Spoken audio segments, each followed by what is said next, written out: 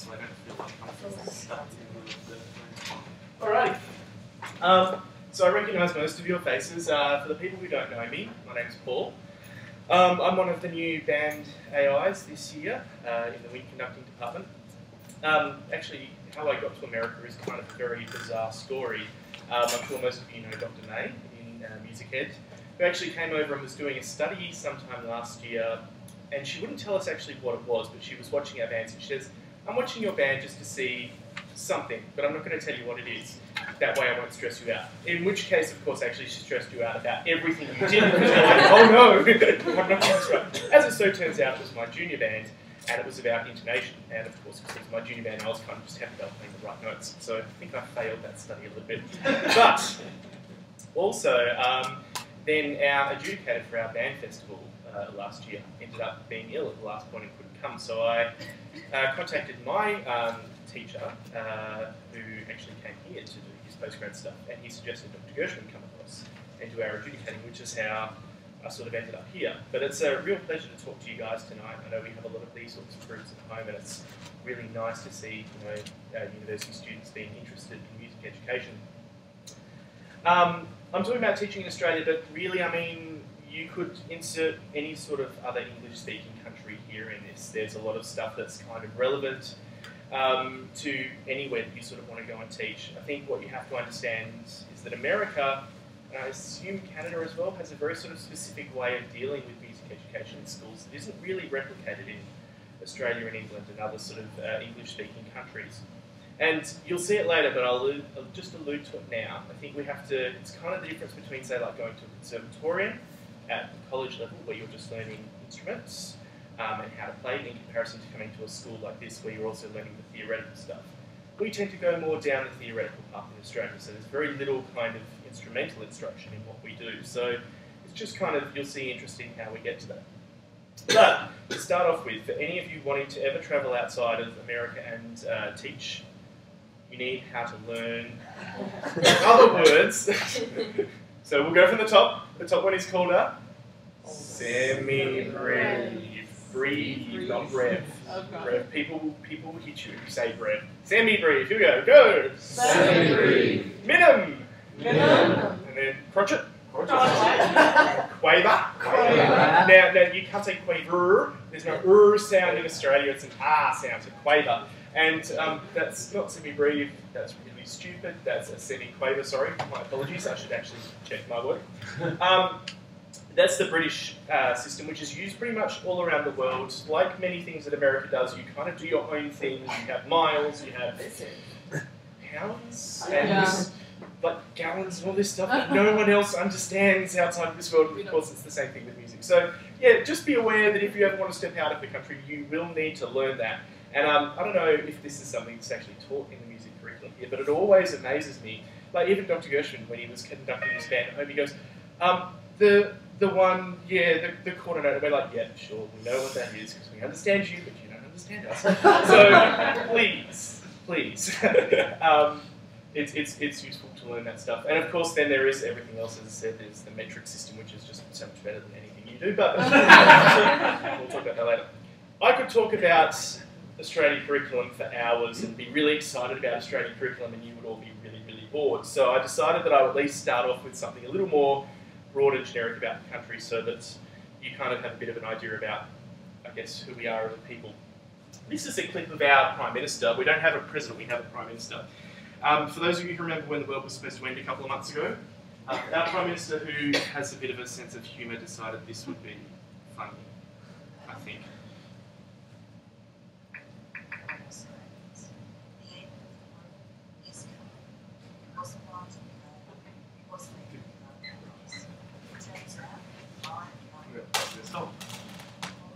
Figure it out for a second. We turn it down 50. Okay, let's try that again. See, I knew I wouldn't get everything right technology-wise. The end of the world is coming. It wasn't Y2K. It wasn't even the carbon price. It turns out that the Mayan calendar was true. While Australia's best and brightest at the CSIRO have not been able to confirm this, I'm confident in Triple J's prediction that the world is about to end. Whether the final blow comes from flesh-eating zombies, demonic hell beasts, or from the total triumph of K-pop. If you know anything about me, it is this. I will always fight for you to the very end. And at least this means I won't have to do Q&A again. Good luck to you all. There you go. And we voted for her. Well, actually we didn't, but that's another side issue that will all come about later at some point in time. So here's just some basic facts about Australia.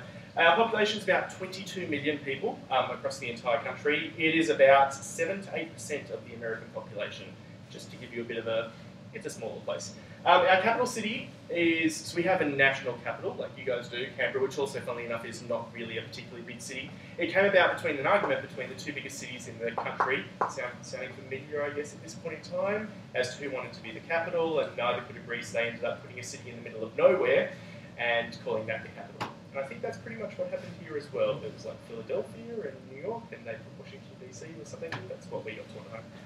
Anyway, we have only 8 states, well 6 states and 2 territories, which is much easier to learn as a high school student. You don't have to go through all 50 states.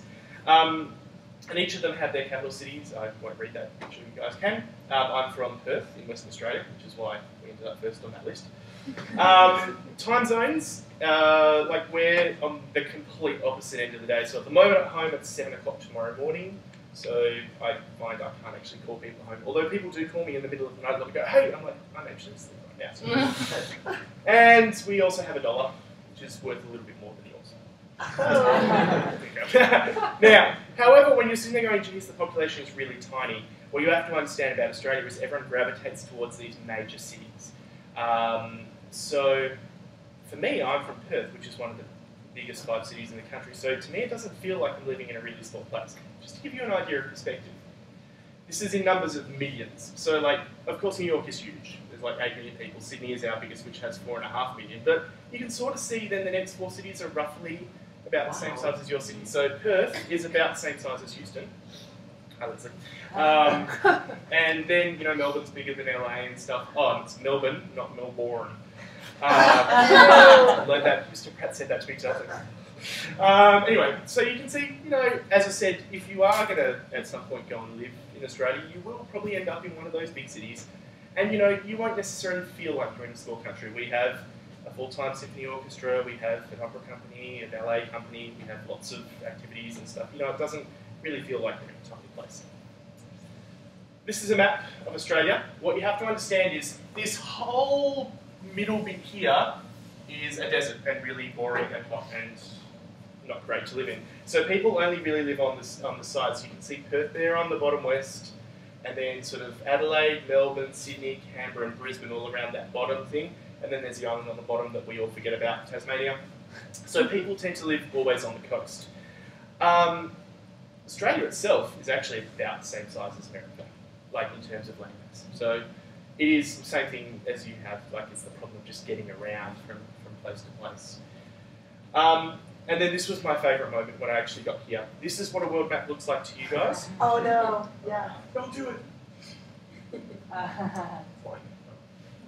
We belong in the middle. We belong in the middle. Actually, it's really funny. It's not an Australian thing. It's an Asian thing. It's called an Asian-centric map, where Asia is placed in the middle, and then the rest of the world revolves around Asia. And we tend to like that, so we stick with that too. Now, this is my hometown. You can see there's a lot of water. So that's the city, and there's all the big buildings, and then this is Cottesloe Beach down the bottom, and then this is Sydney. You'll probably all recognise the Sydney Opera House there, and that's Bondi Beach, which if anyone knows the name of a place in Australia, it's always going to be Bondi Beach. So our cities, because they're all pretty much on the coast, you're going to end up with some great swimming and that sort of stuff, and sort of, I guess, very different lifestyle when you're living on the coast. Now, one thing you will have to learn as well if you go to England, the cost of living in other countries can tend to be higher. As a side note, if you ever do a presentation in front of people, don't do too many animations in your PowerPoints because it can make you look a little bit silly. I chose to go down that route for this one. So, a can of Coke at home is about $2. This gets better. If you want to have a car, It's about $6 a gallon for petrol, or we actually go in litres, once again, because we're better.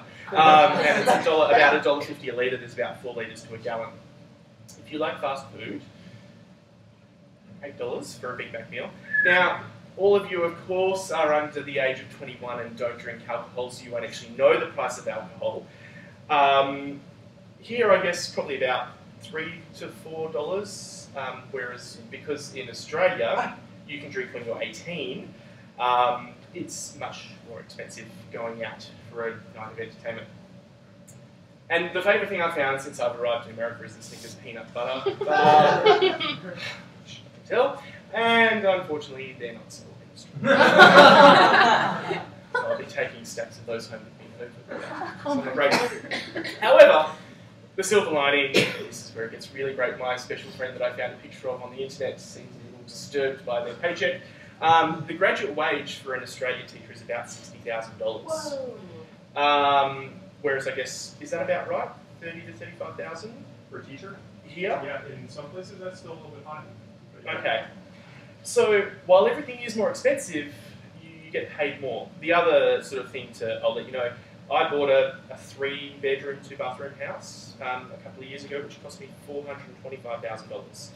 I know Trey, one of my other colleagues, bought a similar sort of place, and I think his was like $150,000. So, you know, costs are just, I guess, a lot higher. But at the same point, you earn a lot more, sort of even itself out. I think that's a silly part of the presentation. I think we now go on to like actual work. Okay. Now I'll be boring for the next 20 minutes. We have, like you guys do here, public and private schools. Probably in a very similar way that they were sort of set up. The public school system is funded by the government, but our private schools also still do have some government funding. It is just a smaller level of that. As a side note, there's some weird discrepancies between what's run by the states and what's run by the federal government. So in Australia, high school and primary school is dealt with by the state government, and universities are dealt with by the federal government. So we have this kind of weird dichotomy there. In terms of private schools, most of them tend to be religious based, although some of them are just simply private schools. In state schools, religion is like outlawed. You can't talk about religion at any point in time because it's the same thing, I guess, as here. It's a secular nation, so we have to leave that out. In terms of employment processes, I think one of the best things about Australian education, I'm not employed by a school, I'm employed by the education department. So I only have to go to one job interview if I want to work in a government school. They employ me and then send me to a school of their choice. So rather than me having to go and apply for 10, 12, 50 different schools, I only have to apply once. However, if you do want to go down the private path, you still have to apply to an individual place. In terms of like professional development, this is like extra training that you sort of have to do. So the first day of each term, we sit around and listen to people talking to us about irrelevant stuff, and we nod our heads and smile, and then go back to doing our jobs next day. That sort of happens at different schools. Pay levels, you get paid. In a private school, they'll tend to pay a little bit higher. In a public school, they pay a little bit less. But with a public school, you get a pay raise every year, regardless of ability. So it's based on length of service rather than ability. In private schools, it tends to be more ability-driven. Now, in terms of the way our schools are actually organised, we only have primary and secondary schools. Now, you can see Year 7 is kind of the year that changes. In some states, Year 7 is primary school. In some states, Year 7 is high school. And that just really comes back to how the state wants to run it and what their perception of where those students belong. As a quick side note, when you're teaching here, it's kind of Year 7s that are painful, aren't they? In a junior high school, because they're sort of, it's between Year 7 and 9 that the kids start getting a little bit awkward and you start having behaviour management things. We have similar problems, except actually it's Year 9s in high school that are the most frustrating to deal with, because it's their second year of that school, and that's where we start to have a lot of behaviour management problems. And Year 7s in primary school, because then they've sort of been there for too long and they feel like they rule the roost. So it kind of actually, I think it changes our perception of where our biggest behaviour management problems are, so be aware of that really it comes back to something you just have to deal with when you see that. Now, music, of course, is only one part of the curriculum, and we have similar problems, I guess, to what you guys have here. This is specific to Western Australia, but most states have a very similar way of running it. And in fact, there's going to be a national curriculum, which is a brainchild of the federal government, coming up in the next few years that's going to kind of simplify things and make sure that everyone in every part of the country is learning the same thing, even though that's not actually the best idea, I guess. But we have 8 learning areas. So we have the arts, which alphabetically comes first, and just should be first anyway, and maths, English and science, health and phys ed. Now, this one's society and environment. I know that you guys don't know what that is. You call it social studies perhaps here, or it's, as I was telling Leslie this morning, it's an amalgamation of like history, geography, economics, politics, all those sorts of subjects. And languages, local languages other than English, and technology and enterprise.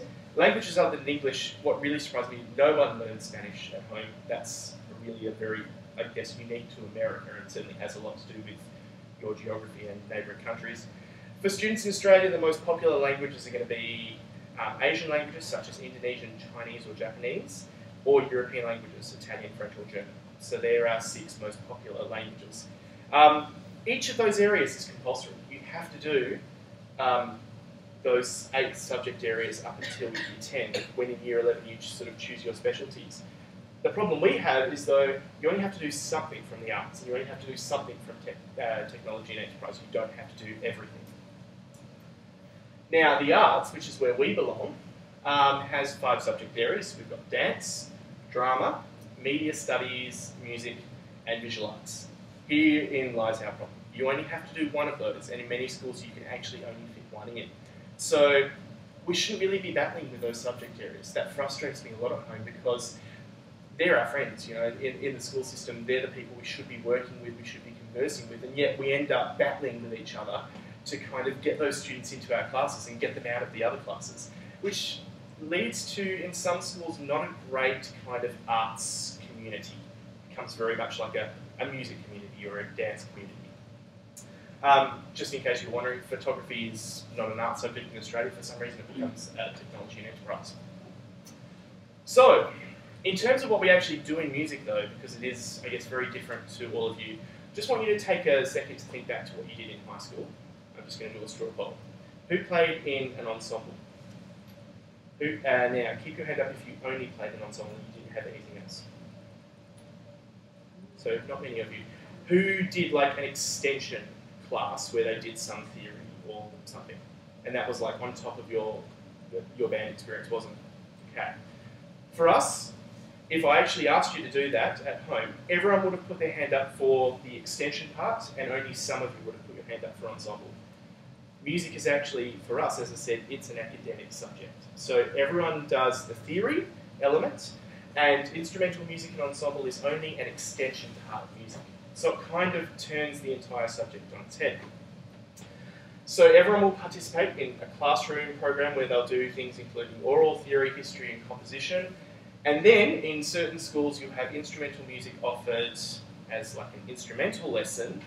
So for example, a group of trumpets or a group of trombones.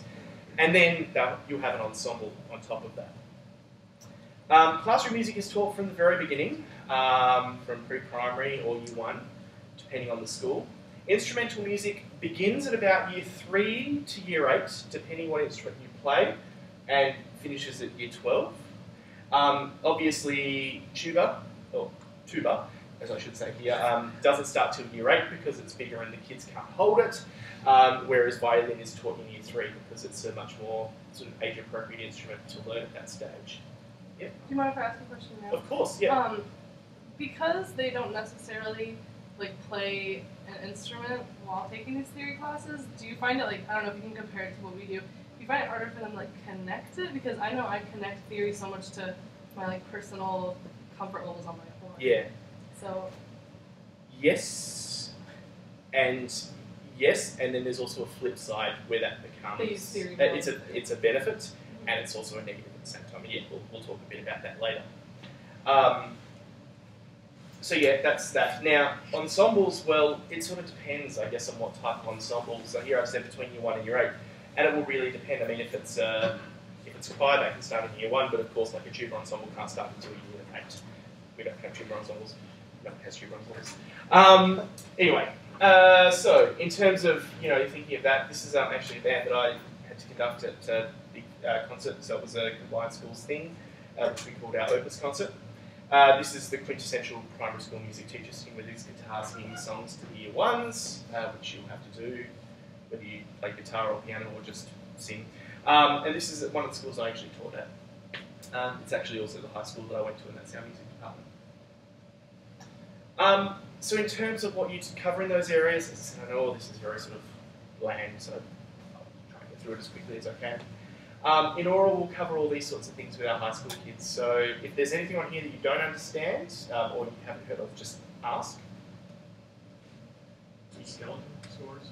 The skeleton scores, so we'll get things like, you'll get maybe 3 lines and you'll be asked to, it'll say, fill in the rhythm of bar 2 for part A, fill in the pitch of bar 3 in part B, what's the harmonic progression in bar 4, what instrument is playing that melody in bar 5 for line A, that sort of stuff. So it's like a mixture question, yeah. Someone asked about discrepancies in the other class. When I did this, discrepancies can be like melodic discrepancies. So, for example, I'll give you a melody on the page and then I play it and there's a note that's different. And you have to tell me which one it is, or it could be a rhythmic discrepancy. Yeah, that's fine. Oh, okay, cool. And then the rest of them, I guess, are all pretty self-explanatory. I won't go through theory because, sorry, actually I still have more to do. This, in a sense, so I look at this as like when I was teaching classroom stuff, that top dictation would be something I would give to my year 8s. By the time they get to year 10, they'd be doing something like the bottom one. And then the year 11 and 12, which is like the exam part, the end of high school, becomes a little more difficult. So our students would be able to do those sorts of dictations. That helps, I think, in terms of an ensemble experience. Because if you can hear those things and write them out, then obviously when I put those rhythms in front of you in a band piece, you should hopefully also be able to play them straight away without me having to teach them. So I think there is some benefit to that. The one that I know people always get confused with, and I've given you some Australian language here so you can understand what I'm talking about.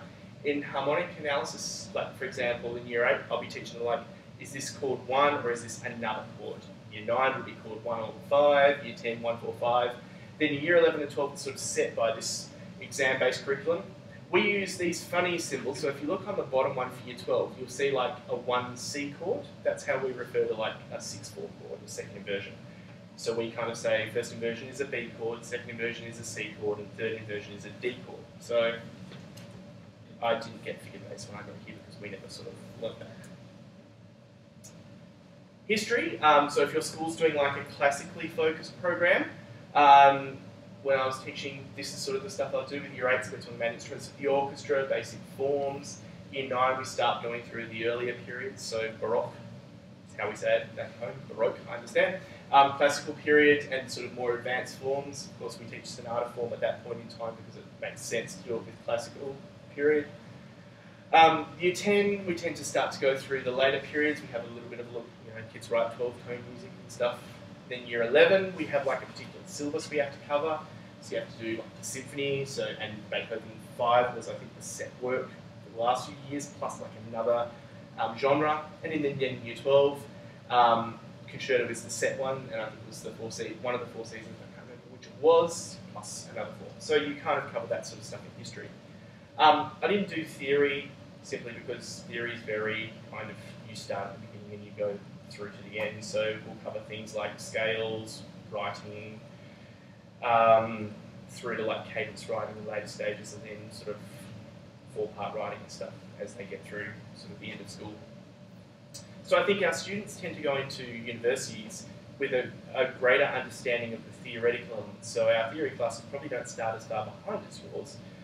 But then of course I appreciate you guys catch up, but in that sense they have like that greater understanding of all of this sort of more mechanical theoretical elements. Do you have a question? Yeah, so for the students who, can they switch from dance to music to the various art selectives, and then what happens to those students that when they're in year 11 they jump in, but they didn't do year 10? Well, they can, but of course, as you can see, it's hard for them to jump in later stages. There is like a year 11 introductory class that they can take where they go back to like step 1 and sort of learn from the beginning. But in most schools, once you stop music, you can't go back into it. You're kind of there, and then once you leave, that's it, because of course you've just missed too much. Whereas in some of the other arts forms, like drama tends to be one that you can sort of skip in and out of as you feel like it at home. There's no sort of forwarding curriculum, so it does make it hard for us once we've lost a kid. We won't do that. Right. As a general rule. Yeah. Is that the same in instrumental music as well? If they choose the instrumental track and they drop it in 10th grade, they can't really. Yeah, exactly. Now, instrumental music. So this is, I guess, where our big difference will come from what you guys do. Part of my job is actually to teach brass. So I would teach in small groups, say between 2 and 5, depending on the instrument, in government schools. If you teach in a private school, generally you're probably going to be teaching individual lessons. And these kids will have a lesson every week. So I would see my sort of Year 10 trumpets where there was about 3 or 4 kids in the class for about 30 minutes each week. And that was their trumpet lesson. Because of the fact that we do it like that rather than the large band-based thing, we can't offer that to every student. It just becomes too cost prohibitive. So it's a selective program. Only certain students are allowed to participate in the instrumental program. And whereas in a private school, because the students just pay you directly, well, as many kids can do it as they want, but the government kind of caps in government schools how much money they put towards it, which of course caps how many lessons we can teach. For us in the government system, when we're selecting kids, well, we look at things like we do ear testing. So I don't know if you guys have heard of the Gordon test. Yeah, you know, that ear thing. We sort of use that to see what their innate musical ability is. We look at their academic reports and behaviour reports. Oh, sorry, we use in lots of words that you don't. So that I do know how to spell behaviour, but that's how we spell it. Just as an aside, there's so many things we do differently. It's hilarious. So, you know, we look at that. Obviously, if a kid's bright, they're going to pick things up. If they're poorly behaved, it could cause problems. And then, of course, if the student wants to do it, you know, what particular instruments they're interested in, that's all part of our selection process. We do have some specialist programs in our government schools where kids get sort of greater benefits. GATE stands for Gifted and Talented Education.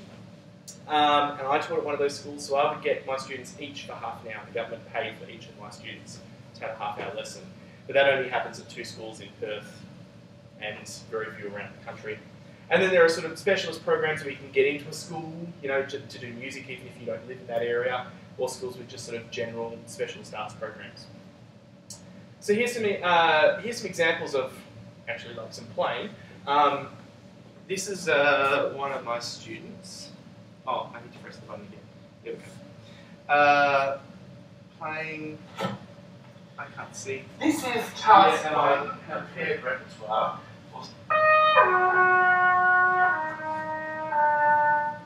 So this is one of my Year 11 students. The piece is called Andante and Allegro by Ropar, who's a French composer.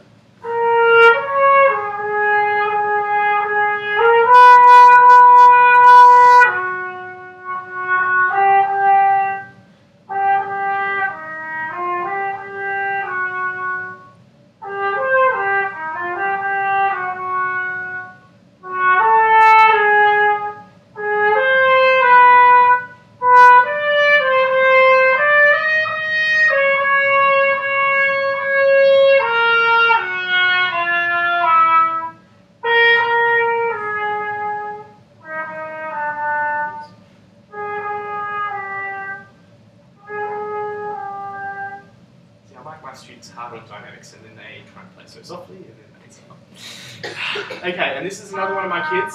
This is a sight reading assessment. Maybe not. There we go. Okay, no, we're not going to listen to that because I don't understand what's wrong with that. Anyway, technology. Okay, so in terms of the ensembles that we have at home, for the kids who are in a school where there are ensembles, we have bands. We don't have marching band. Austin looks really excited. For those of you who wondered why who were in Hunter who wondered why I had no idea what was going on at the beginning of the year, that's because I've never seen a marching band in my life. I simply had no idea, so I'm sitting going, and I was learning along with my kids who kind of thought it was, I guess, kind of hilarious that I didn't know what I was doing either. Anyway, we have string orchestras in schools where they teach string instruments, which is in every school. Full orchestras in some sort of bigger schools. Of course, jazz bands, classical guitar ensembles. I think contemporary guitar things are like an Australian thing. What I want you to imagine right now is about 30 electric guitars plugged into one mixing desk with the teacher up the front, turning them up and down, and a drum kit in the background playing pop songs. They're great. I usually leave the concert at that point in time. We have choirs and, of course, chamber groups. Our ensembles only rehearse once a week, which is, again, because we have all the classroom music during the day, so they'll be learning sort of like the theory, oral history and stuff, then they only sort of have one rehearsal a week, sort of after or before school, for only, depending on their level, between 45 and 90 minutes. So it's much more pressure to kind of get through our repertoire. And then we perform, I guess, the same sort of things you do. And then there's just a list of, like, as I said, when the groups will start, and of course it's based on when they start those instruments. Did you ask? No, that ain't. Okay.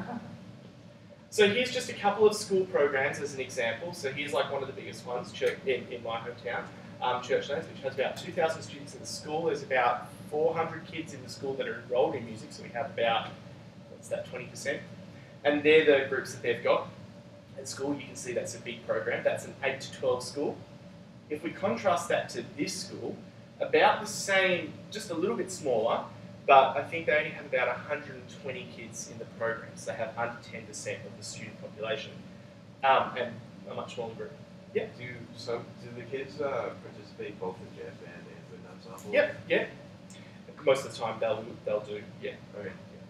Yeah. So Churchlands said it was a specialist program. Yep. Right. So students like audition to go to that school? Yes, that was one of the gate ones where they get their 30-minute individual lesson, whereas this one is just like a local program, so the kids that live in that area go to this high school. This next one, so C, Ocean Reef, is actually like a contemporary specialist program, so kids sort of come in to learn contemporary instruments, so there's lots of contemporary guitar ensembles at that school, whereas Balcatta, who, that's actually where I grew up in that area, they have no instrumental music program. So you kind of have a complete sort of dichotomy of things. Of course, they still do have a classroom music program, but no instrumental stuff in the school.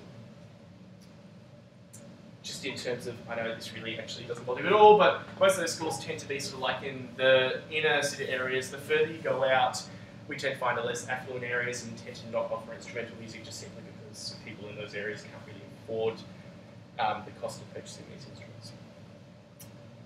Now, if you want to, in terms of what you actually do as a teacher then at home, since you're not spending your whole day conducting band, you end up becoming either a classroom specialist teacher where you're teaching like the oral theory, history stuff. You can become an instrumental music teacher, which is what I did, whether you're conducting ensembles or not, or you can do a bit of a combination if you're in a government program. If you're in a private school, they tend to not employ ensemble directors. Usually their classroom teachers will do it. And I've highlighted here for you the difference between a teacher and a tutor, because if you work in a private school, you're just basically treated as you just come in, you teach your instrument, and you leave, and we pay you money, whereas if you work for the government, you're actually an actual teacher employed by the school, which is kind of nice. Yeah? You were talking before about how the instrumentalists kind of get like 30-minute lessons a week. Yeah. Does the same thing apply to like vocalists? Yes. Voice is considered an instrument in the same way. Yeah. They have just slightly bigger class size. I think it's like 6 or 7 kids in a class. But they have the same sort of, they have a voice lesson, just like the front of school. So, this should not be there. Let's skip over. So, for example, my job before I left, I was taking 3 bands and 1 orchestra. It was about 6 hours a week I was given time to do that. I taught brass for about 12 hours a week, and I did some conducting support for 2 hours. One of my friends, she was just basically a flute and clarinet teacher, and she worked 21 hours a week, just going around to lots of different schools teaching flute and clarinet. And then another one of my friends was actually, she did a bit of both. She did about 4 classes, I think it was year 8s and 9s. She taught a couple of bands and directed a couple of choirs and taught some clarinet lessons at school. So there's kind of a little bit of flexibility in terms of what you're going to do. Now, you can hear some bad band performances. While you're queuing that up, Paul, you probably mentioned, and I apologize if I missed it, the music isn't compulsory in higher grades. They can choose among the arts. Did you say it was compulsory up until a certain year? No. So, I didn't actually say that. Thanks for telling me. In primary school, as I said, because they only have to offer one of these subject areas, some primary schools might employ a drama teacher. So in which case kids will not have had music at all in primary school. Some schools will have a music specialist. So it's sort of, it usually ends up being drama or music in primary school. They don't offer the other ones. So some kids will come to us in year 8 having never done any music before, right. And some kids will have had a really great sort of music education. So it's sort of, it depends. In a lot of schools you get someone who plays guitar, so they're going to be the music teacher. And that makes you just want to cry because that makes no sense, but that's what will happen. So this person will go into a class and go, right, let's sing some songs. And that's music education in primary school. Right. So primary school can be pretty tricky. Yeah. Most schools will not employ a music specialist. Wow. Because our band started a bit later, you're going to notice it seems like we're a long way behind you guys. In reality, we actually are. I'm happy to admit that. This is my year 8 band, mostly year 8s with a few slack year 9s in it, and they're going to play grade 1 to grade 2 music throughout the year. So it is probably a lot lower than what you'll be doing. We rehearse for an hour after school on a Wednesday. This is us playing a piece by Mark Williams, who passed away, I think, last year, which was really sad. He was a good composer. Called Visions of Our Own Earth. You'll appreciate how loud the snare drum is when it comes in, and me just going like this.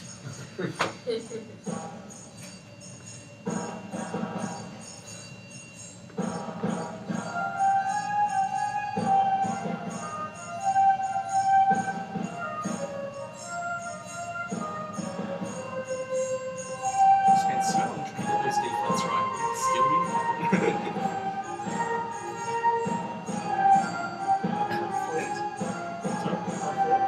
Yes, because they all want to play D. I'm like, that's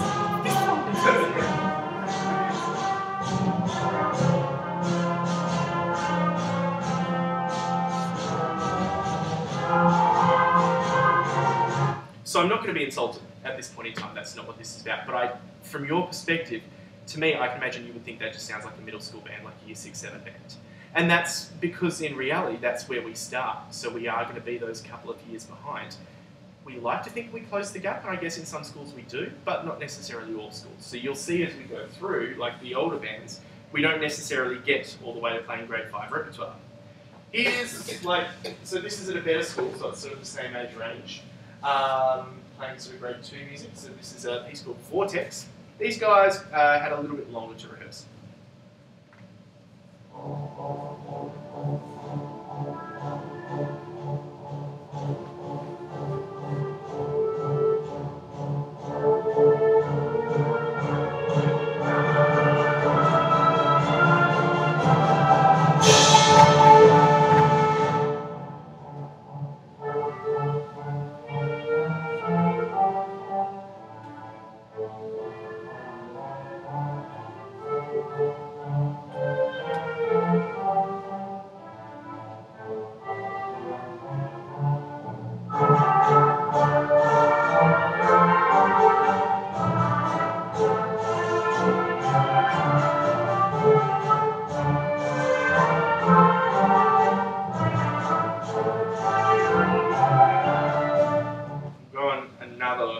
So now this is an intermediate band at a high school. They played grade 3 music. I don't know if anybody ever mentions, but compared to a beginning band that I would typically expect to hear, the tempo and the rhythm and the intonation is, even though the characteristic sound hasn't developed, I mean, the fundamentals seem to be very consistent.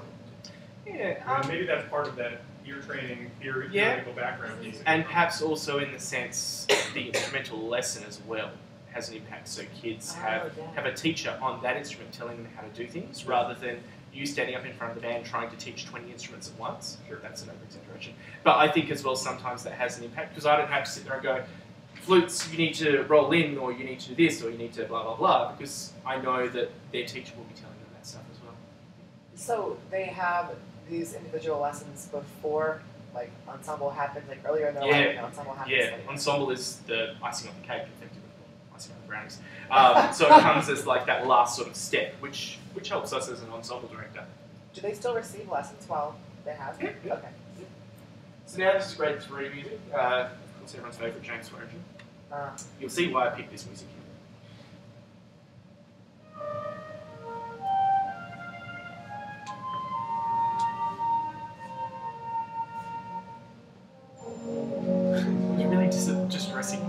to your band afterwards. You're like, oh.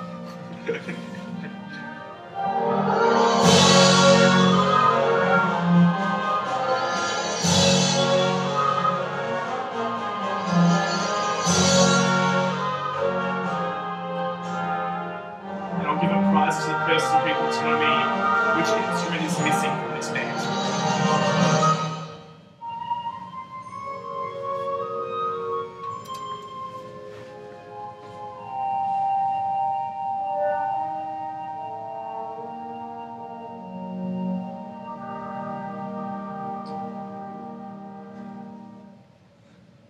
Cuba?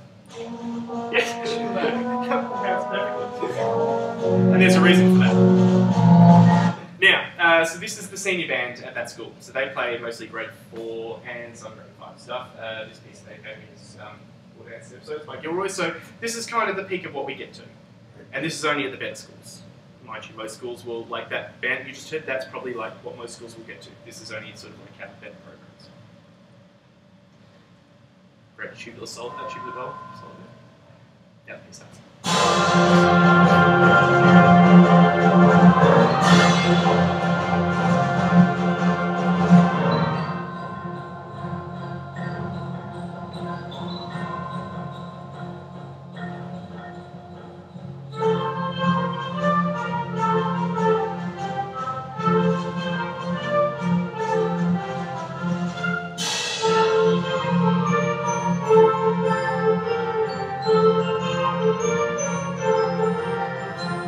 So in the interest of not going over time, I guess, as I said, you can sort of see that development. We are a little bit behind in that sense because we've started later, but you know, we catch up a little bit of the way, at least. Are there string players here? One? Cool. Would you like to hear the exciting sounds of a junior? Here we go. This is what a primary school string ensemble sounds like. I'm assuming it's very similar to what a primary school string ensemble sounds like here. It's my friend's group. This is where the magic starts. Stephen Chin is this really famous Australian string composer.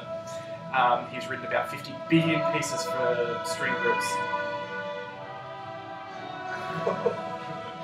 Do they have an ensemble this year? Sorry? Do they have an ensemble this year, or is this just like the class playing? Well, no, because string instruments start in year 3 or 4, they'll have a primary school string group. For those of you concerned about intonation, it's going to get worse in about 10 seconds.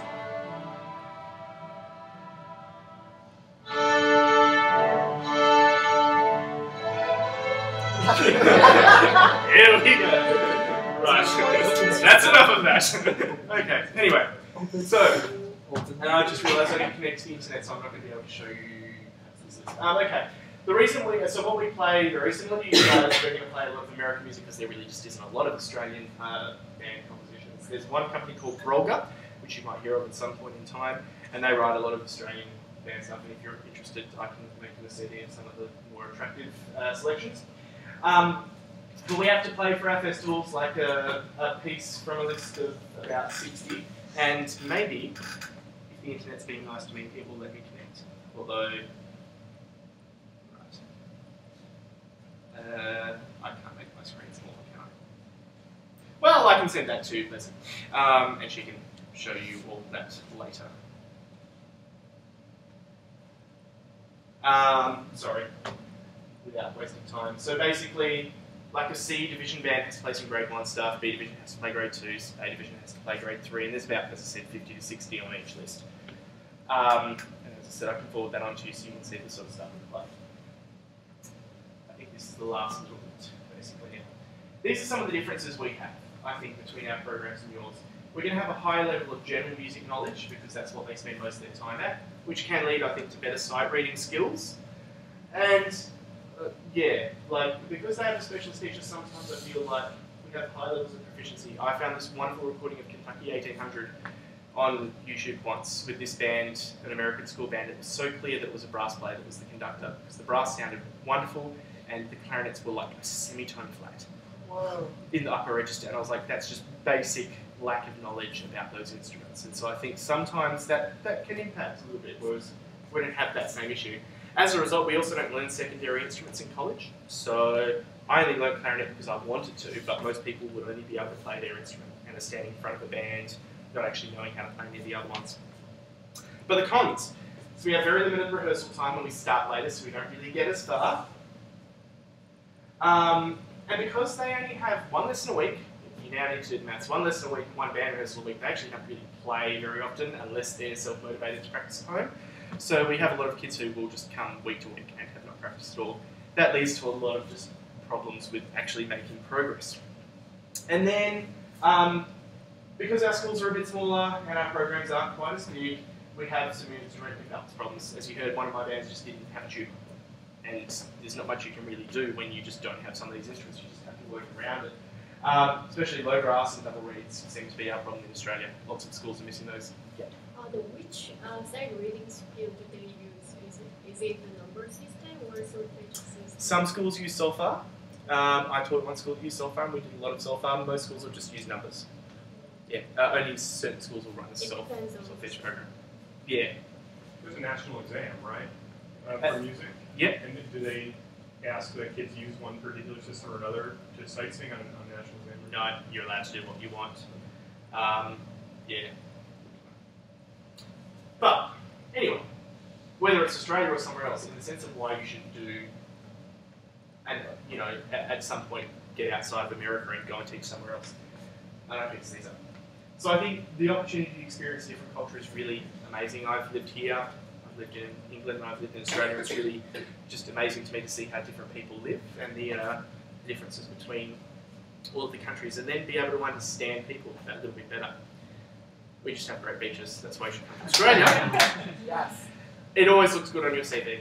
The idea that you've gone outside of your country and done something, you know, it makes you a more well-rounded person. What's a CV? A CV, oh sorry, resume. Oh. Is that a word that I've, yeah, resume? What do you call it? Okay. Okay. Oh, sorry. It doesn't use it in Texas. It doesn't snow in Australia. There you go. Yeah. Oh, Texas is rubbish. And it's not about 300 days of the year, so yeah, you can enjoy that. In terms of self-discovery, I know some of the hardest life lessons I've learned about myself is when I'm isolated from everyone. I remember spraining my ankle and having to get up 12 flights of stairs in Scotland and having a little cry to myself in the corner, and then I was like, well, you can't really do anything about it, so you're just going to have to get up the stairs, and yeah, I felt worse, but better. Oh, There you go. yeah. Thongs and shoes.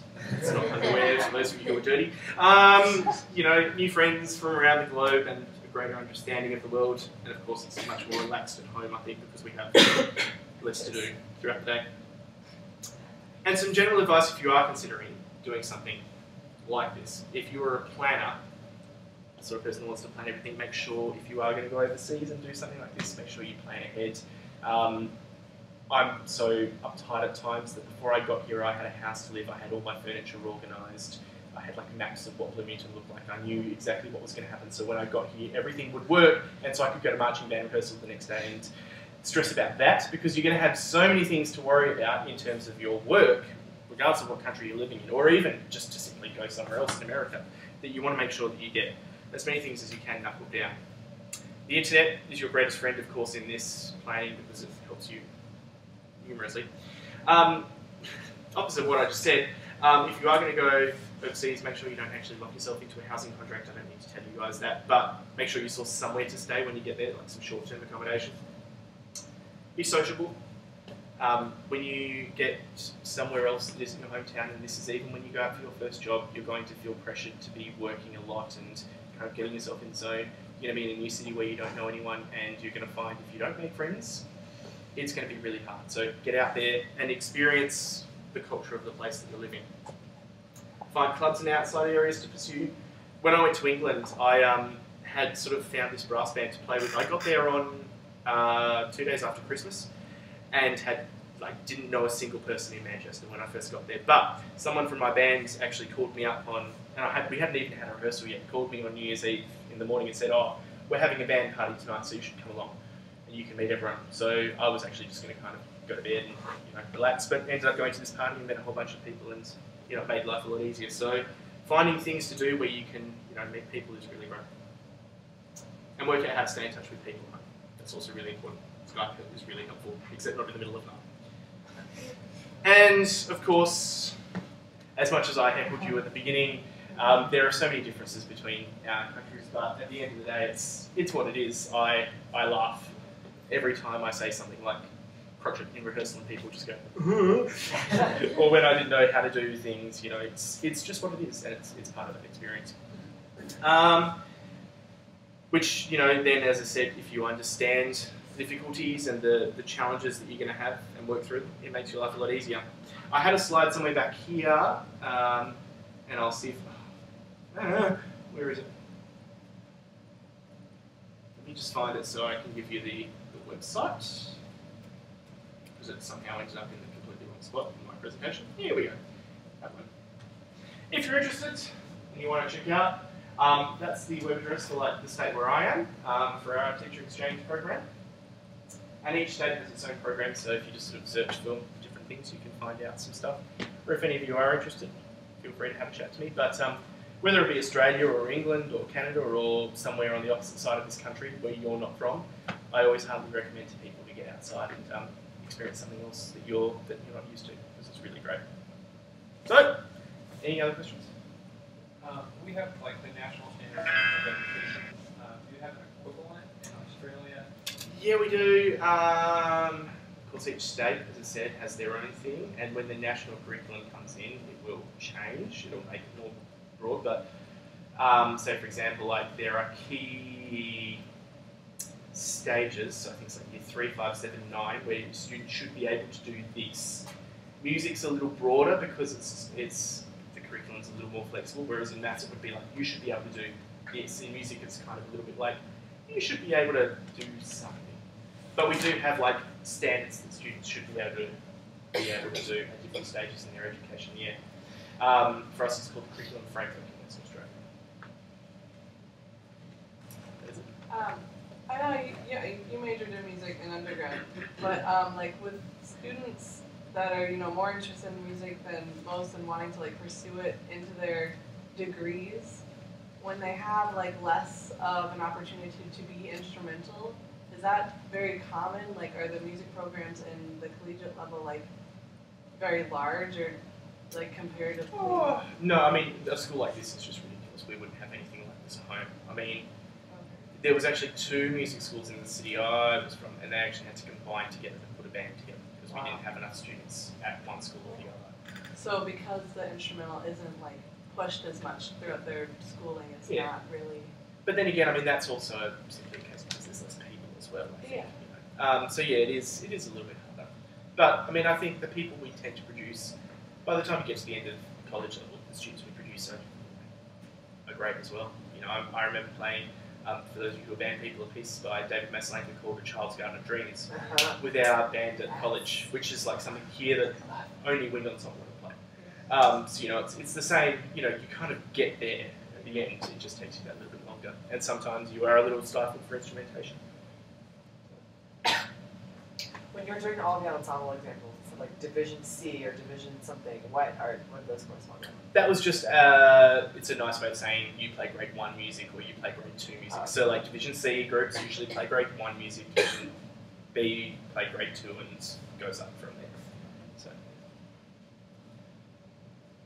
yeah. So I guess you grew up in the system in Australia, and seeing the system we have in America, what kind of differences do you notice in terms of, like, the richness of musical experience between the two? So I mean, like here we have the emphasis on performance, and I think at the expense of some of the more theoretical topics. But I think in Australia, from what it sounds like, the emphasis is more on an intellectual understanding of it, and to me, that's very rich. But I guess you maybe speak. I'll tell you a quick story. Actually, this is and you can confirm this. It's a Dr. May story. Actually, she told me this. She was watching one of my friends' rehearsals with his senior band at the school, and he asked them something about this particular chord within the piece, and one of the kids put up their hand and said, "Well, clearly this is a suspension, and you've got a 4/3 suspension being played in the alto line instruments, so they just need to be listening to the pitch of that, and intonation-wise, they're going to have to do this, blah, blah, blah." And Dr. May was just like, "What?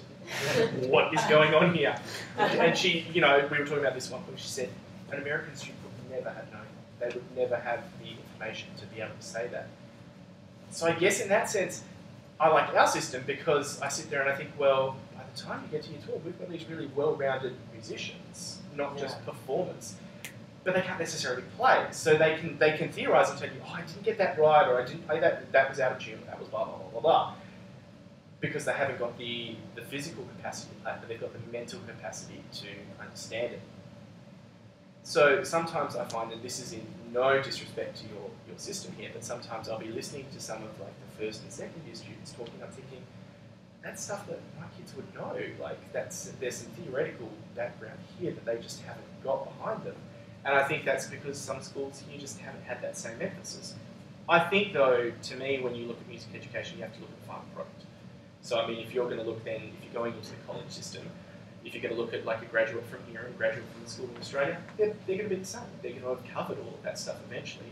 If you want really great ensembles, well, you put your emphasis on ensemble. If you want really great theoretical students, you put your ensemble on theory, emphasis on theory. So it's kind of, I think, it's like comparing apples and oranges. You haven't had the same input, so you can't have the same output. But, yeah. Shift the perspective on what the final product is, and what about for the students who don't go into majoring in music, but have an experience in school music that makes them more adept listeners and analytical in their work. Yeah. Do they appreciate music differently than the average band orchestra choir student that doesn't have that background? Well, I would like to think that's the case. I mean, they've covered. So, like, if you ask a student to name you a whole bunch of classical composers, they'll be able to do that. Whereas, what's told to me, and as I said, I don't know if this is true or not. Like a lot of students here, if you said to them, "Name me some composers," they'll go, "Oh, we played a piece by Frank DeCinque last year, and I think this guy called Beethoven. We did an arrangement of his at some point, you know." Whereas our kids would be like, "Oh yeah, we listen to all that stuff and we analyse these symphonies and we understand all of this stuff." So I guess they're more aware of the history of Western music at that point. Yeah. How would you compare the degree of like musical independence of students? Like, because I know here a lot of the focus is on making students competent enough that they can kind of take their own direction with music. Like I know for my general middle school and high school, they taught basic skills, but then they also taught us how to perform. So when it got down to it, a lot of the students could like independently work easily. Do you think it's the same way in Australia, or do you think? Yeah, I think so. Theoretical background kind of hinders it. Yeah, look, I think there is that sense that we're trying to do the same thing to produce an independent student that can learn on their own.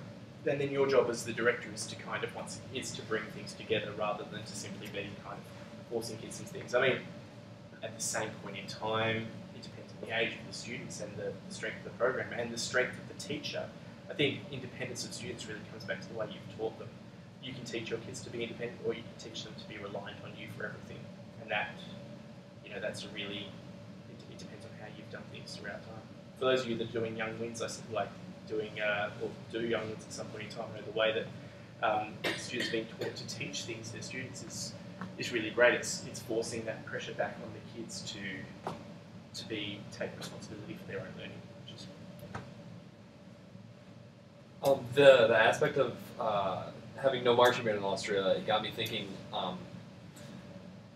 especially in Indiana and a lot of other states, there's a big focus on competition, whether it be marching band, concert band festival, which may not be competition, but it's still, you know, under pressure to get a score, and also jazz band competitions. What is the competitive side of Australian music? Very limited. Very limited. So like these festivals that I'm talking about, instead of, they're not competitions. You get, in the same sense, you'll get like a 1, 2, 3 or 4, but it's not kind of so competitive. Most schools actually won't even tell the kids what other schools have got. In fact, actually with a lot of kids, they won't even care what other schools done. They really only care about themselves and how their band has done. So we don't tend to have a lot of the competitive element in our system, which I like in the sense that I don't like sometimes seeing music reduced to a competition, you know. But at the same point in time, I see that the benefit of the competitive edge is then that the effort that the student will put into it. So it's, you know, I guess it depends on how you choose to promote that competitiveness amongst your kids. But for us, it becomes then a competition for yourselves to see how, you know, how well you can achieve. Would you consider that to be an aspect of Australian society or music as like the unique kind of thing? I think. It's a capitalist. Yeah, I do feel like I see that American society is more competitive than Australian society. I think. Wait a second, I think I have a better answer for that. I see what you did there. But it's, you know, I don't know. I mean, it's kind of, I'm here.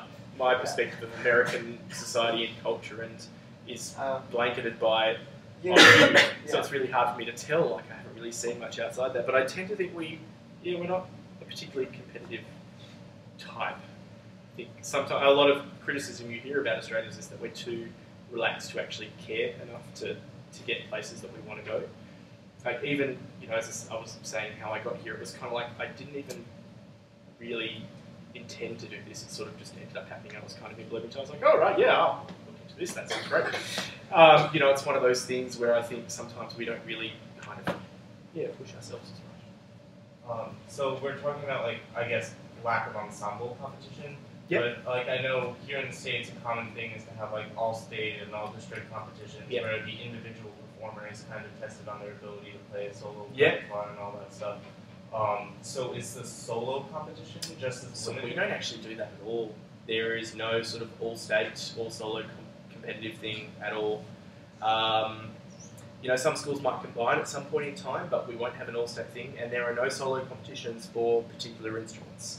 At the end of the day, you just do your test for your teacher and you get a grade. So, it's like you completely remove the element of competitiveness. So, like, there's no, like, conferences or anything really like that? Not really. I mean, there are outside the Stedfords, not really run by schools, and they tend to be like, you know, little kids playing piano. Okay. But, like, in terms of, like, school students, instrumental lessons, they don't really participate a lot. Do students take private lessons outside of school? Some, yeah. If it isn't run in their school, a lot of schools, if you're having a free lesson at school, well, you don't need a private lesson outside of school. And actually, for me as a teacher, if my kid was having private lessons with someone else as well, that's going to make huge problems in terms of difference in teaching styles. So we tend to actually actively sort of say, if you've got one teacher you don't want to, two is not going to help your goals. It's going to make life worse. Do you have professional development organizations, like, for educators as well as like So there's ASME, the Australian Society of Music Educators. ABOTA is Australian Band and Orchestra Directors Association, so that tends to be more of an ensemble focus, whereas ASME is more like a curriculum and classroom music focus. There's AUSTA, which is the Australian String Teachers Association, so that's kind of the stringing side of us. So ABOTA and AUSTA work together quite a lot. So seeing like NAfME and NBA, we kind of have our own equivalents of that. Australia is fairly active in ISME too. There's a lot of collegiate folks anyway. Yeah, so ASME is the Australian chapter of ISME. International Society. Yeah, so it's just our sort of operation. I know there's some concerts on tonight and pizza and stuff that you all want to go to. So look, if you do have any questions, please feel free to sort of come up and ask. But I just want to thank you for listening tonight.